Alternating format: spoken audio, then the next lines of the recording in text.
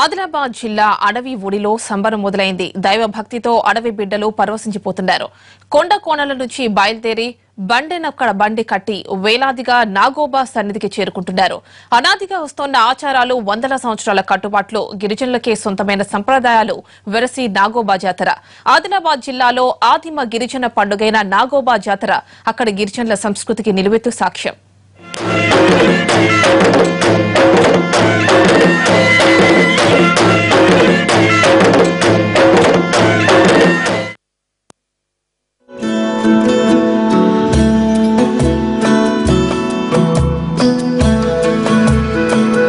అమావాస్య లోకమంతా చిమ్మ చీకట్లు కమ్ముకునే రోజు. కానీ ఆదిలాబాద్ గిరిజనులకు మాత్రం అది పులకరించే రోజు. పుష్యమాసం నెలవంక కనిపించగానే మెస్రం వంశ గిరిజనుల్లో ఆనందం వెల్లివిరుస్తుంది. పుష్యమాసంలో వచ్చే అమావాస్య రోజు ఆదిలాబాద్ గిరిజనులు నాగోబా జాతర జరుపుకుంటారు. అనాదిగా వస్తున్న ఆచారాలు, వేల సంవత్సరాల సాంప్రదాయాలు, కేవలం గిరిజనులకే సొంతమైన కఠిన నియమాలు వెరసి నాగోబా జాతర.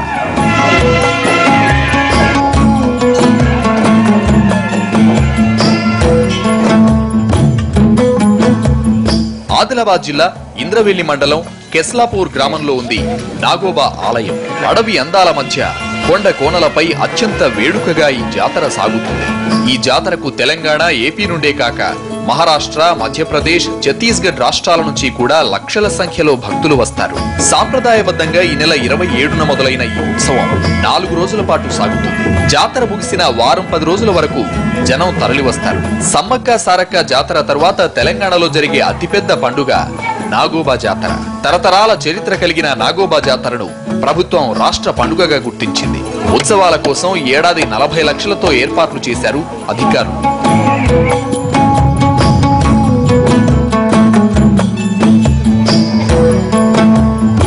వేల సంవత్సరాల చరిత్ర గల గోండు సాంప్రదాయాలకు నాగోబా జాతరను నిలువెత్తు నిదర్శనంగా చెప్పొచ్చు. తరతరాల సాంప్రదాయంలో భాగంగా ఏటా పుష్యమాస అమావాస్య ప్రారంభ ఘడియల్లో తమ ఆరాధ్య దేవత నాగోబాను పవిత్ర గోదావరి నదీ జలాలతో అభిషేకించి ప్రత్యేక పూజలు నిర్వహించడం, అనంతరం 4 రోజుల పాటు ప్రత్యేక పూజలు చేయడం మేస్రం వంశస్థుల సంప్రదాయంలో భాగం. ఈ జాతర సందర్భంగా పూర్వీకులు ప్రత్యక్షమవుతారని వీళ్ల నమ్మకం. పూషమాసం నెలవంక చూసిన తర్వాత ఈ మహాపూజ అనేది నాగోబా జాతర జరుగుతుంది. ఈ వంశంలో మేము తరతరాల నుంచి చేస్తూ వస్తున్నాము. అందులో మేము ఎందరైతే మిశ్రమ వంశస్థులు ఉన్నామో వాళ్ళతో పాటు ఇతరులు కూడా మా యొక్క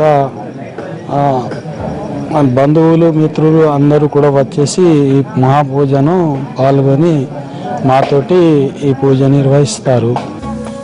ఆదివాసీల్లోని 4 ప్రధాన తెగల్లో మేస్రం వంశం ఒకటి. వీరు నాగదేవత అంటే నాగోబాను తమ మూల పురుషుడిగా భావిస్తారు. ప్రతి ఏటా 3 రోజుల పాటు నిర్వహించే నాగోబా జాతర 4వ రోజున ఆలయం వద్ద నిర్వహించే గిరిజన దర్బార్తో ముగుస్తుంది. అధికారికంగా దర్బార్తో జాతర ముగిసినప్పటికీ మరో వారం రోజుల పాటు ఇక్కడికి వచ్చే భక్తులతో కెస్లాపూర్ పరిసరాలన్నీ కిటకిటలాడతాయి. ఈ నాగోబా అనేది మేము చాలా ఇప్పుడు 5-6 సంవత్సరాల నుండి వస్తున్నా. మన ముఖ్య విధంగా మంచిగా అవుతుంది. కానీ నాగోబా అనేది అది అనగారిన కులాల ఐక్యతగా ఏర్పడేది. ఈ ఐక్యత కూడా కొనసాగాలని ఆ నాగోబా దేవతను మొక్కుతున్నాను. మా నాన్న, మా దాదాతో పాటు మేము కెస్లాపూర్ వచ్చేసి దర్శనం చేస్తున్నాము. ఇక్కడ వచ్చి దర్శనం చేసిపోతే మాకు పంటలు పడతాయి, మన ఆరోగ్యంగా ఉంటాము, మా పిల్లలు బాగా చక్కగా ఉంటారు, మేము కూడా మంచిగా ఉంటామని, మంచిగా ఉండాలని మేము దేవుని ఇక్కడ కోరుకుంటాం సార్. జాతర సందర్భంగా నూతన వధూవరులు ఇక్కడికి చేరుకుని నాగోబాను దర్శించుకోవడం గిరిజన సంస్కృతిలో ఆచారం. అంతేకాకుండా ఇక్కడి గిరిజనులందరికీ ఈ వధూవరులను పరిచయం చేయడం వీళ్ల తెగలోని అన్యోన్యతా భావానికి నిదర్శనం. మాకు తింటాందుకు ఏం లేకున్నా కానీ మాకు దేవుడు ముఖ్యం, మా సాంప్రదాయం మాకు ముఖ్యం. మేము మా ఆడబిడ్డలు మాకు, మేము వాళ్ళకు ఇట్లా ఒకరికి ఒకరు కలుపుకుంటాము మంచిగా. నాగోబా దర్శనం కోసం వచ్చే గిరిజనుల్లో అధిక శాతం అనాదిగా వస్తున్న ఎడ్ల బండ్లనే ఉపయోగించడం మరో విశేషం.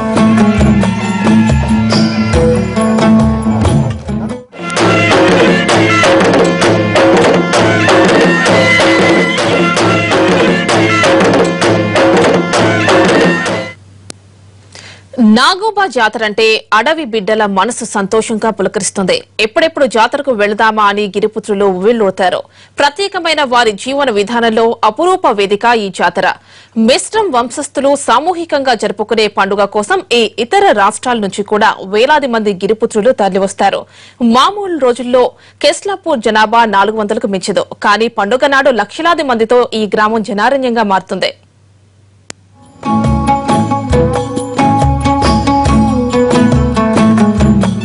గిరిజనుల కుంభమేళాగా చెప్పుకునే నాగోబా జాతర ఆద్యంతం ఆసక్తికరమైన సాంప్రదాయాలను సాక్షాత్కరిస్తుంది.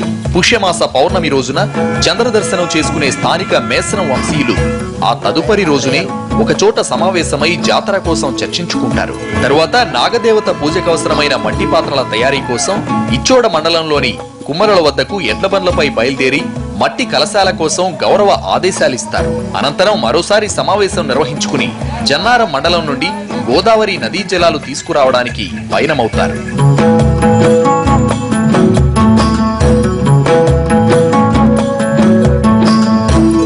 తెల్లటి వస్త్రాలతో పాదరక్షలు ధరించకుండా కాలినడకన దాదాపు 70 కిలోమీటర్ల దూరం నుండి నదీ జలాలను తీసుకొస్తారు గిరిజనులు. మార్గంలోని గ్రామాలకు చెందిన గిరిజనులందరూ వీరికి సాదర ఆహ్వానం పలికి తమ కుల సంప్రదాయ పద్ధతుల్లో ఆతిథ్యమిస్తారు. అమావాస్యకు 5 రోజుల ముందు ఇంద్రవెల్లి మండల కేంద్రానికి చేరుకునే మేసరం వంశ పెద్దలు అక్కడ ఇంద్రాయిగా పేర్కొనబడే తమ కులదేవత ఇంద్రాదేవికి ప్రత్యేక పూజలు నిర్వహించిన అనంతరం కేస్లాపూర్కు పయనమవుతారు. ఇక్కడ నుంచి గోదావరి జలాలను తీసుకురావడానికి కాలినడకన దాదాపు 80-160 కిలోమీటర్లు కాలినడకన వెళ్లి జలాలను తీసుకురావడం అనేటటువంటిది జరుగుతుంది. ఇప్పటికీ అధునాతమైనటువంటి సౌకర్యాలు ఎన్ని ఉన్నా వారి సాంప్రదాయాలను కాపాడుకుంటూ వారు ప్రయాణం చేసి తీసుకురావడం అనేది జరుగుతుంది. తర్వాత పూజ కన్నా 5 రోజుల ముందు ఇక్కడ ఉన్నటువంటి వటవృక్షం ఏదైతుందో మర్రి చెట్టు వద్ద మెస్రం వాళ్ళందరూ ఉండి అక్కడ మెస్రంలకు చెందినటువంటి నాగోబ యొక్క చరిత్రను పాడి వినిపించడం అనేటువంటి జరుగుతుంది. తర్వాత పుష్యమాసం అమావాస్య రోజున మహాపూజ కార్యక్రమం ఇక్కడ నిర్వహించడం అనేది జరుగుతుంది. అమావాస్య ఘడియలు ప్రారంభం కాగానే పంచామృతం నదీ జలాలతో నాగదేవతకు అభిషేకం నిర్వహించి నైవేద్యం సమర్పించడంతో ఉత్సవాలు ప్రారంభమవుతాయి.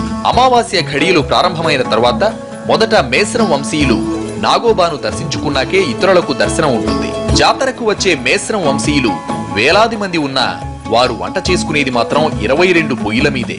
5 రోజుల పాటు అక్కడే ఉండే వీరందరూ ప్రతిరోజు నాగోబాకు ప్రత్యేక పూజలు నిర్వహిస్తూ నైవేద్యాలు సమర్పిస్తారు. అమావాస్య నుండి దర్బార్ నిర్వహించే వరకు కొనసాగే ఈ వేడుకల రోజుల్లో లక్షలాది మంది గిరిజనులు గిరిజనేతర భక్తులతో ఆలయ పరిసరాలన్నీ జనసంద్రంగా మారుతాయి.